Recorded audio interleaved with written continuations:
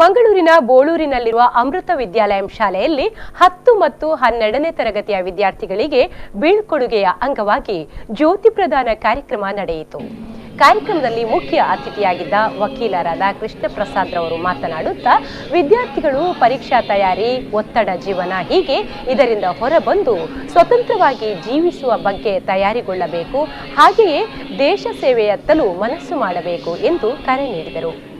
ಈ ಸಂದರ್ಭ ವಿದ್ಯಾರ್ಥಿಗಳು ತಮ್ಮ ಸವಿ ಅನುಭವಗಳನ್ನು ಹಂಚಿಕೊಂಡರು. ಶಾಲಾ ಶಿಕ್ಷಕೇತರ ವೃಂದದವರು ಜ್ಯೋತಿ ಸ್ಪರ್ಶವನ್ನು ನೆರವೇರಿಸಿದರೆ ಶಿಕ್ಷಕಿ ರೇಷ್ಮಾರವರು ಮಾನಸ ಪೂಜೆಯನ್ನು ನಡೆಸಿಕೊಟ್ಟರು. ಕಾರ್ಯಕ್ರಮದಲ್ಲಿ ಪ್ರಾಂಶುಪಾಲರಾದ ರಾಮಚಂದ್ರ ಭಟ್, ಸಹ ಪ್ರಾಂಶುಪಾಲರಾದ ಅನುಪಮ ರಾವ್, ಸಂಯೋಜಕಿ ಶೋಭಾರಾಣಿ, ಶಿಕ್ಷಕಿಯರಾದ ಯೋಗಿತಾ, ಭುವನೇಶ್ವರಿ ಮತ್ತಿತರರು ಉಪಸ್ಥಿತರಿದ್ದರು.